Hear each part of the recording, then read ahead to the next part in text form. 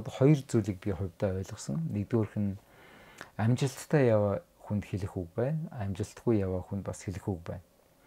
За амжилттай яваа хүн Үзий хааныг жишээ нь сурах ёстой. Амжилттай явах үедээ зүрхээ бүү бардамнуул, хийх ёсгүй зүйлийг бүү хий.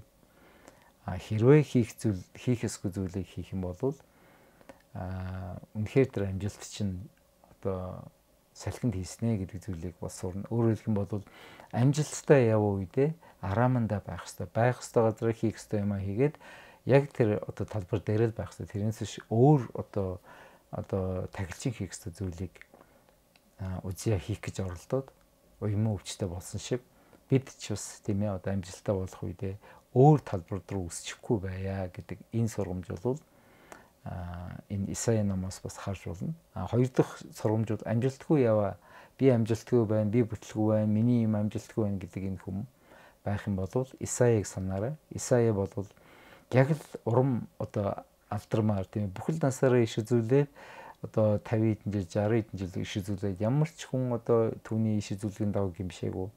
Энэ бүх зүйлийг харахтаа Исая бол өөрийгөө амжилтгүй байна гэж дүгнэх боломжтой байсан. Гэхдээ Бурхан бол амжилтаас илүү итгэмжтэй байдлыг хардаг учраас өөрийгөө амжилтгүй явж байгаа гэж бодож байгаа хүн би хийх ёстойг хийж байгаа. Би Бурханы надад өгсөн бэлэг авьяасын дагуу ажил амьдралаа авчирж байгаа гэж одоо байгаа бол та итгэмжтэй байгаа бол эцсийн эцэст Бурхан таныг шагнах болно. Яг тэгэхээр Бурхан амжилттай хүнээс илүү итгэмжтэй хүнийг бол үнцэнтэй хэмээн тооцдог. Учир нь бол итгэмжтэй хүн өөртөө өгсөн үүрэг даалгавраа одоо өөр зүйлээр солихгүйгээр явдаг ийм хүнийг бол итгэмжтэй хүн гэж. Итгэмжтэй бол үр жимстэй байна.